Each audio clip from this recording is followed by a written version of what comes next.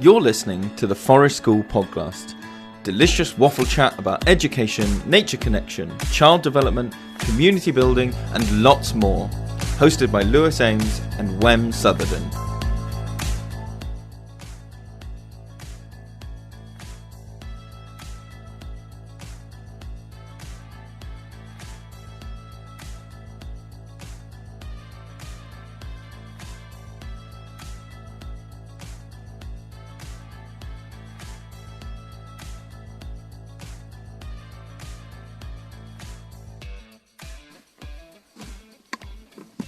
Yo, right, now.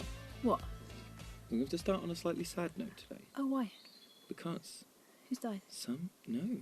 my ego. Some Yeah. motherfucker has dared to correct us. You know who you are. Matt, and renowned Corvid expert. Derek. You know who you are.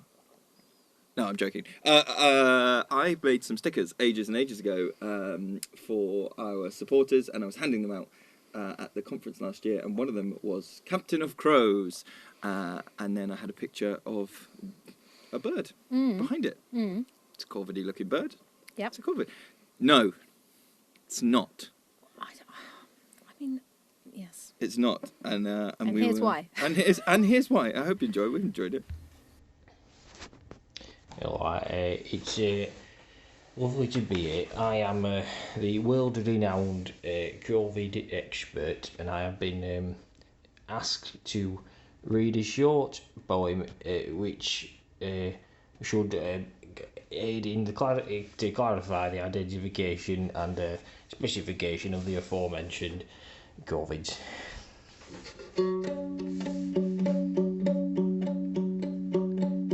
How do you tell Corvids apart? Do you gaze into their eyes? Do you plunge the depths of their heart, or their dreams and desires? Can you ask of them their name? That's absurd. They are a bird, but I tell you they're not all the same. These are some clues that I've heard. For the crow is a tall blackbird with a pointy beak. She has wings and claws and eyeballs and skinny, scaly feet. Now the jackdaw, he's different. He's a blackbird, but not as tall. Not like a blackbird. They're not the same at all. Rooks and ravens, they too are black, and they have feathers, and they can fly. You'll know if it's a raven, because you'll see it in the sky. Oh, for goodness, you're right. Okay, I get the joke here, and I think the idea is that we should be led to believe that these birds are all the blood for chuffing same. Chuff, I remember there's one. He's got a red beak. All these. I mean, what about magpies and jays? The jay's as colourful as they bloody come. It's absolute trousers. This anyway, I've been asked to read it, so I'll carry on. And after all that is said and done, you should know that while the family is Corvus, the Latin word is just for crow. So I guess the idea there is you could call either of them a crow. But I mean, the thing is, a crow, it's a straight beak and it looks rather a mean-looking bird, whereas a raven's a massive, chuffy, dock-off bird with a curved beak. Rooks have got a sort of white beak and a bouffant sort of hairdo, and a jackdaw's got a little flat cap, like a miniature grandad. Anyway, I hope that helps. Thank you. So good. So good. Trousers. Chuffing duck-off beak. Chucking duck off beak. It might well be the bit of art that I need to make for this episode. Guy would wear a sticker that said chucking duck off beak. I can't even say it. Oh my god. So good. Thank you so much. Thank you, Matt. That made my day. When I first heard that, I was absolutely wetting my pants. Yeah. I was trying to set up for a session and I just had to stop and just wet my pants a bit. Amazing. If you have not noticed a mistake that we have made, do send it as a song, because we're much more receptive to feedback in song form. Spoken word, poetry, songs, Yeah. Yeah, you can criticise, as we've talked about before, where you can slightly go, "Why have you left your shit everywhere?" And it's the taxonomy version of that, which is that we've been told off in song form, which I'm happy about it. Absolutely. I'm beside myself. Yeah. Thank you, but.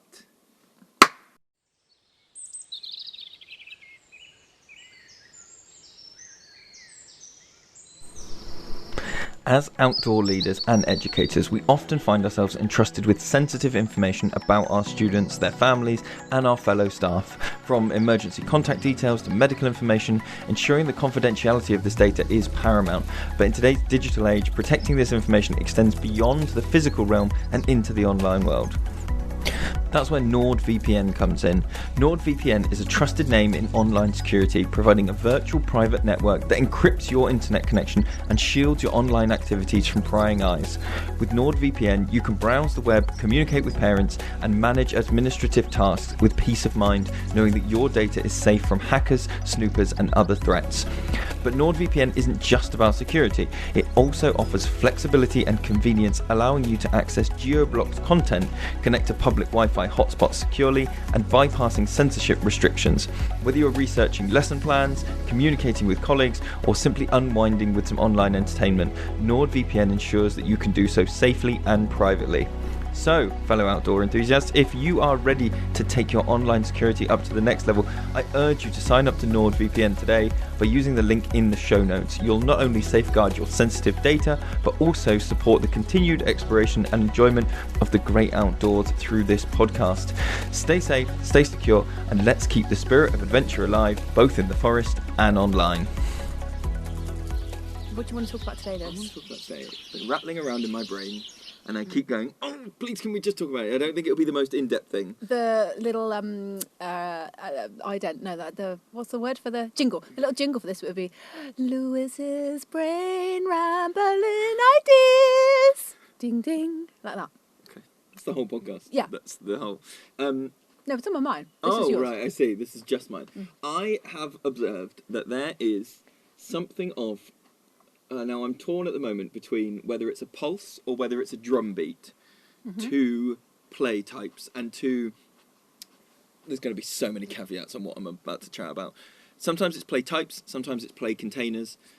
But let me give you the example. Sure. That is my most obvious example, and then we can go into the weeds of whatever it is. So, the example that I'm most like, yes, that's got a pulse, is like... stealth games, sneaking up and attacky type games. The container for that play can sometimes be castles, can sometimes be dragons, can be thieves, can be whatever it is. But when I say the pulse of the play, what I mean is, oh no, I'm going to do it visually, and that's not what I need to do. No. Like little pulses, like boom, boom, boom, boom, boom, boom. Like watching and one of those heart monitor like things. a heart monitor, yeah. So it's boom, boom, boom, boom, boom, and then I sneak up and I attack whatever the base is, and it goes boom, boom, and then it goes back to, and then I go, oh, because they kill me, because that's the game, and then I go, okay, reset, and we go back to boom, boom, boom, boom, boom, boom, boom, and there's a pulse, and I think it's like one of those things that is innate. I don't think you get it in terms of like, it's not 2 minutes, then a boom, then 2 minutes, then a boom. Do you know what I mean? It's not that. It is one of those things where you have to watch it to see how many boom, boom, boom, boom, booms you need to let the play have before you come in with a like, boom, boom. Okay, I had two responses to that. One is, do you think it is in any way related to actually the pace of the people's heartbeats that are playing at the time? Yes, I do. Yes.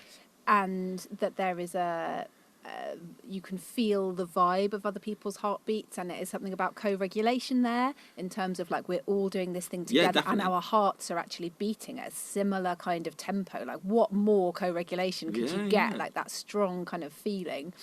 And the other thing that's when you said you have to wait for a certain amount of beats before you do the attack that's going to spike their pulse. Do you know about that game Potato, where you just take it in turns saying potato, potato, potato, potato, until the moment feels right, somebody says bird's eye. And whoever manages to say bird's eye is the winner. Right. But you can feel the vibe. You can feel it. It's not right. They can. Too soon. It's from John and Ellis.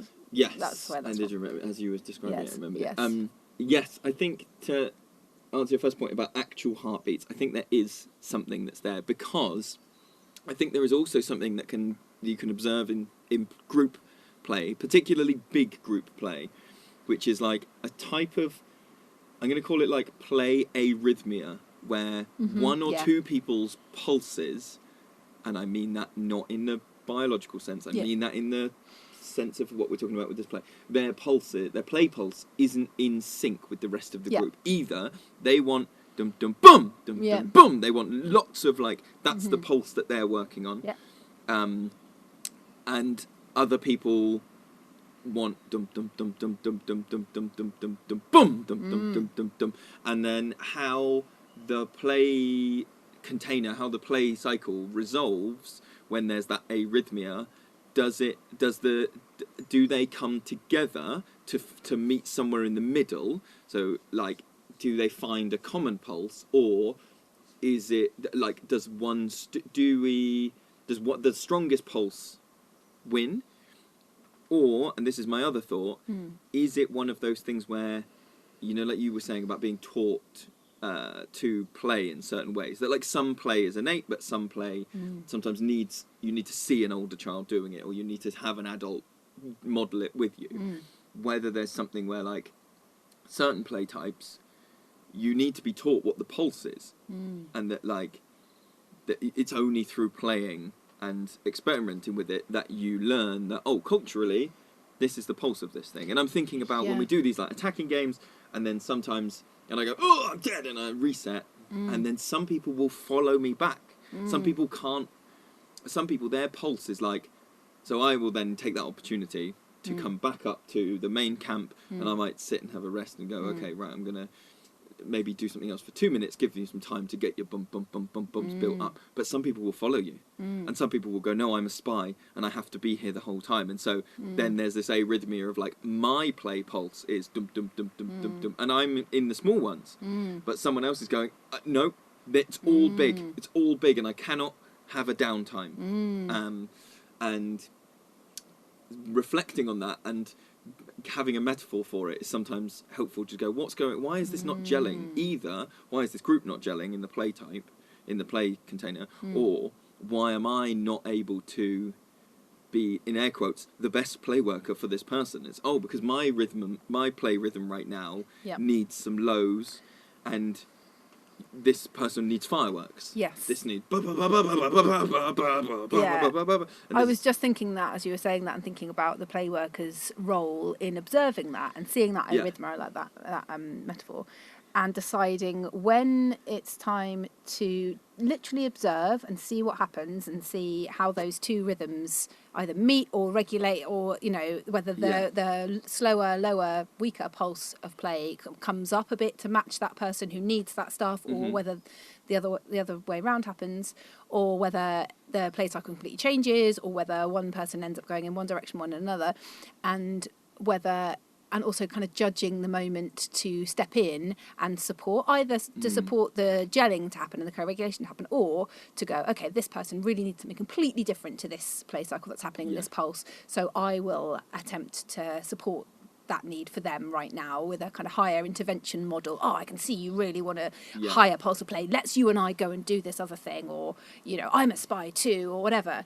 In terms of, but it's such a hard call that it's one of those things I think that only comes with time. Like if you were starting with your new relationship building. Yeah, absolutely. It's so individual, isn't it? Because if you have been with a group for a long time and you know the person who, for example, is like the outlier in the play pulse situation, you know them really well, and you know the group really well, and you know what you want for them for their next kind of steps, or for what direction they're going in, and you have an awareness of that person probably can manage, right? They're on the edge of managing a social discussion about like, actually this was our game, and actually no, we're not going to do that, and they can take that, or whether that is going to be completely beyond their abilities at the moment and affect them. So that might be when you step in with a higher intervention sort of step. But there's no, it's such an instinctive, weird set. It's like it's a vibe, isn't it? It's a vibe for sensing those pulses. It's very animalistic. So just to give another example, so we're not just talking about sneaking up games and stuff, I was thinking about another pulse of play types is like performance play type, getting ready for a play or a dance or a something, which like it's not bum bum bum bum bum bum bum bum bang bum bum bum bum bum bum. Sorry, that was really loud. Poor listeners' ears. I forgot we were recording into microphones. But you know, it's not small, big. Yeah. It's like a gradual crescendo Yeah. as you get closer and you practice it more, and it becomes more real. And you get the pulse of that play is not a pulse as in like a section. It's like over time, the graph of the play pulse is and the pulse. I'm not sure what it's measuring. It's not measuring necessarily physical movement. No, it's like emotional energy or something. Yeah, or intensity, or I'm not quite sure what it is. And then I was thinking about like there are some that are the reverse, which might be a play pulse where you come in with a high energy, high intensity springboard, like a very interactive story. You might do a whoosh where you get people in and they're acting out a thing, and you do that. And then the play pulse after that is somebody wants to sit down and draw a character. So in that sense, it's gone big, and then it gradually comes down as a like, and that's regulating in a different way. It's regulating from a high down to a low, whereas I think the performance element was from a low to a high. And so there's all these pulses, and having it visually, this is not a great podcast, it's not a great medium for doing this, but hopefully I'm describing it in an okay way, like, can then help. I think it's one of those things where like, if you have this metaphor, then as you're working with other adults and other practitioners, you can use it as a shorthand to go, the pulse of this is not quite right, or the thing. And Go on. So the last thing that I've got is I realised that I realised this last night was, and this is where it's slightly more musical than pulsy. I was thinking about, when we talk about like when you get something where like a whole group gets involved, and it's normally a like village building or something where there's lots of different roles. Like a performance might be, we're making costumes, we're doing the music, we're doing the thing, and I thought that inside that container there's lots of different pulses going on. Sometimes everyone's on the same pulse, and you have to have, for it to work, it's like we all have to be ready for the pulse to come now. Sometimes, and that's where I think we both see a lot of joy, is going, ooh, there's loads of pulses interacting here. And so this is the equivalent of, and I'm going to do it on my chest, so if you had one rhythm going in 2/4, bum, bum, bum, bum, bum, so that's a pulse. And then another pulse going 1, 2, 3, 1, 2, 3, 1, 2, 3, 1. So you've got a 2 against 3, which doesn't sound like it would fit. But when you put them together, you get bat ba da da, bat ba da da, bat ba da da, bat ba da da, bat ba da da, bat. They sync up at the start of each bar. So this is very slightly musical, where that's what I think is happening when you have a play container with lots of different pulses in it. The people that need a pulse that's maybe quicker are getting involved in the performance and in the thing. The people that are like, I need a different pulse, are doing costumes. Or if it's like building a village, it's okay, we need a quick pulse, so we're going to be the guards. And we're going to, every time people come in and out, we're going to go, hey, stop, hey, what's the thing? Hey, we'll go patrol, we'll come back and go. And we're foraging for pine cones to be money, yeah. And there's some people staying at the, in air quotes, village, and they are on a different pulse. But all those pulses are syncing and overlapping. Hi listeners, before we continue with the rest of today's episode, I wanted to take a moment to give a big shout out to our sponsor Skillshare. Skillshare is the ultimate platform for learning new skills and honing your craft, with thousands of online classes taught by experts in their various fields. Guess what? As a token of appreciation to our amazing listeners, Skillshare is offering an exclusive deal. Simply click on the link in the podcast show notes and you'll get a fantastic 30% discount on your Skillshare membership. That's right, 30%. So whether you're interested in photography, creative writing, or mastering new software, Skillshare has got you covered. Don't miss out on this incredible opportunity to enhance your skills and unleash your creativity. Thank you, Skillshare, for supporting our show and helping us provide valuable waffle chats to our listeners. Now let's get back to the rest of today's episode. So it's still really co-regulatory, even though people are getting what they need. And I think that's a really lovely example and lovely metaphor, because that, again, is I see that definitely as part of our role, to be like, I'm aware, helping people to be aware of, they're doing that, but maybe we can still get our needs met at the same time as being co-regulated with these other people, which is just society in microcosm. So basically, you've just solved the problem. I haven't solved it because there's still something. You know what I mean? Though it's one of those things, isn't it, where you go, it's like it's a micro universe. Well, also I think it's really useful because quite often I think when people think about activities or training, training or setting up sessions, you imagine everyone on the same pulse. Like, I will set this activity up, it has this whether you're not necessarily saying pulse, right? This is my metaphor that I'm putting on it now. But the more we can talk about setting up activities that have different pulse rates, the more you could go, okay, so inside this activity, what's high pulse, what's low pulse, and how do they come together? So it could be painting. How do you get a group that's going looking for, one group's going to get the mud and smash it all up into things, and then there's people painting on the thing, and so you go, okay, so rather than going, everyone will go and get mud, and everyone will go, and then we'll all bring our pots back of mud, and then that's getting everyone trying to force everybody's rhythms onto the same thing, rather than going, okay, so who's got this pulse, where can we sit, how can we find those bits where they sync up? Yeah, I really like that metaphor. What about, as you were talking, I was wondering about whether you can have a weak pulse, which is different to having a slower pulse. So say, you're a group of people and you're in that slow pulse play, but then, when sometimes you'll come across somebody and you're like, they're kind of interested in the play that's going on around them, but they're not quite engaging for whatever reason. And then our role is to support them with what they need there, whether it is helping them to engage or whether it is just being with them and accepting that they're in that observing stage and that's what they need right now. They just need...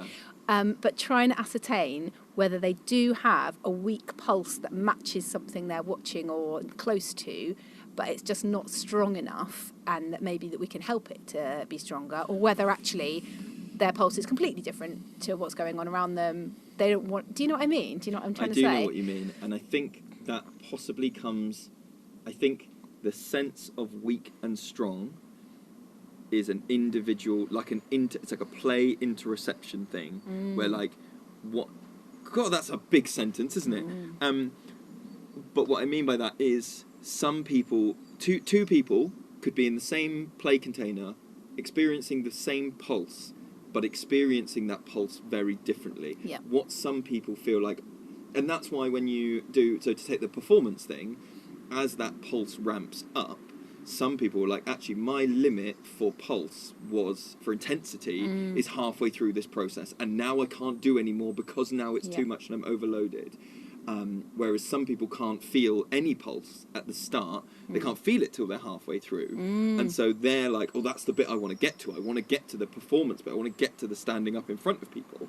And so I think, yes, you can have a weaker pulse, a smaller pulse, but how that lands with the individual could be to do with how they are feeling. So and it might be like, you have an idea for a game or a world or a thing. And I'm your friend, and your pulse for this is, say it's medium tempo, but it's really strong because this idea has just hit you and you're like, oh, I've got it. We're trolls, and the thing is the thing, and we're going to do this, and you are the thing, and you're kind of inviting me into that world, and I'm kind of getting it, but it's your world, and and I'm not quite in it yet, so my pulse might match yours in terms of like, I'm willing to be taken along, but it's weak at the moment because I haven't hit my stride, I haven't found my place in the game quite yet. I'm kind of going along with what you're doing, and I'm wanting to be with you, and I'm in that game, but my pulse is matching yours in terms of rhythm, but in terms of strength, I haven't quite hit my, like, I'm not in flow yet. I'm not in... Yeah, sure. It's kind of connecting my head with flow and being in that state where time's kind of disappeared, the rest of the world's disappeared, you're completely focused on what you're doing. And you'll definitely see that as you observe groups of people playing, that some people will be like, I'm kind of going along with this because I get on with you and you're my friend and I haven't really got anything else. I haven't had a play cue strike me like a thunderbolt right now, so I'll go along with you. But then seeing how people sometimes do get swept up in it and their pulse actually does become very strong or not, and it ebbs away and they decide to go and do something else because a different play cue has sort of sparked their attention in a different direction. Yes, I'm wondering if there's use here for the term conducting or being a conductor in the sense of an orchestra thing, in that like the conductor at the start of a piece knows what they want to happen. They can hear, they've got the play cue, they know, and so what they're doing is inviting to the people, the other players, to go, let's go, I'm doing a visual thing. They go arms up and here we are, and some pieces of music you only watch the conductor for the first couple of beats, because once you have got it, you're in. You don't need the conductor necessarily anymore because you're into the piece of music. What you do need them for is to start the piece off. And so maybe that's the role of the person who can feel, a conductor can feel a tempo before they start. They're not putting their ear on a metronome and going, that's 120, off we go. Like, they're going... And sometimes that's us, right? Sometimes that is... So this is my other question, is like, is our role to, like, go with pulses? Is our role to, like... basically, I was trying to work out whether you can enforce a pulse on a group. And I think I know the answer. You can't, but you can invite it. So what is happening then if you... Is it just masking then if you have someone who is enforcing a pulse? Who, like... And I'm thinking about... Our sessions are different because a lot of them are a lot longer. So we are more able to do that, like, ebb, flow, pulse here. Oh, okay, now the pulse is picking up over here kind of thing. But I'm thinking more of... Like, when we would have done school sessions... I think I would have been conducting very hard for the 90-minute session. I was really going marching band style. I'm up at the front with my baton. Here we go. Let's play this game. Off we go. Find a worm. Now we do the thing, and we go. And I'm in charge. And then I might go. And now reflection at the end, and your pulse comes down because I say it comes down, and. That's sometimes an interesting thing where you're trying to... That's a very good metaphor, because we can feel it when it is like you're trying to force a pulse, either in one direction or the other, as you say. And, up or down. And you can fit, and those are the moments where you're like, oh my gosh, this is like pushing treacle up a hill. Like, this is not working. I'm trying everything. And sometimes it is because it is flipping hard, because you've got there might just be one of you and a large group of people with very differing needs and differing pulses that they enjoy being in right in this moment, and you can't, and they're not in a place where they can support each other with those things, and you are trying to be like, the comforting blanket to the person who's just got a wet sock, and then the marching pulses. Band conductor for the people who need that.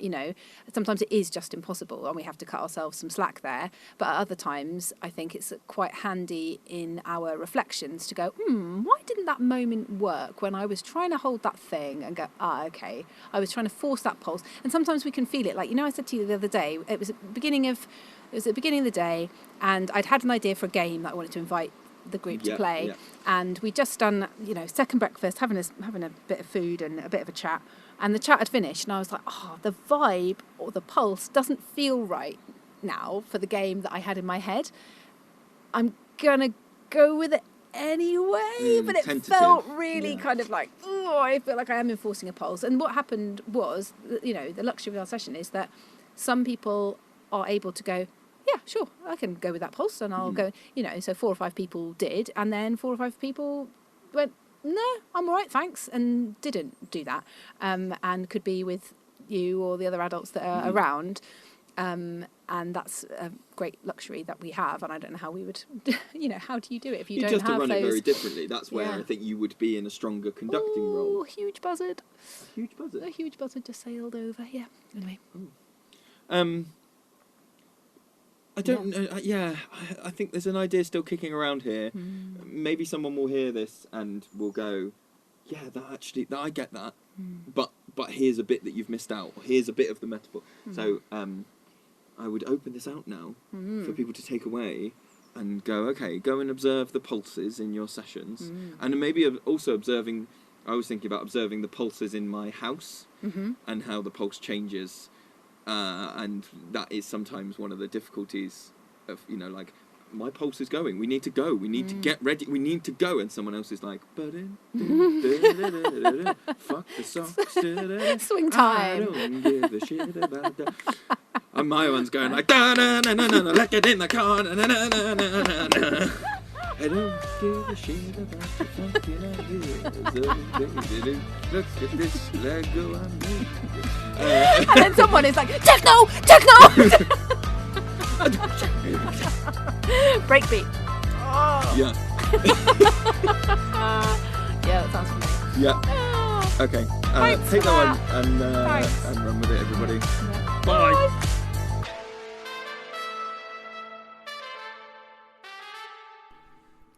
Oh, it's time to thank the people on the Patreon, 'cause they gave us money and they help us do the show. So thank you to Matthew and Karen and Catherine, Gareth and Rebecca, Rosie and Julie, Rachel, Candice, Claire, Heidi, Louise, Michael and Anna. Thank you for supporting us on Patreon at patreon.com/The Forest School Podcast.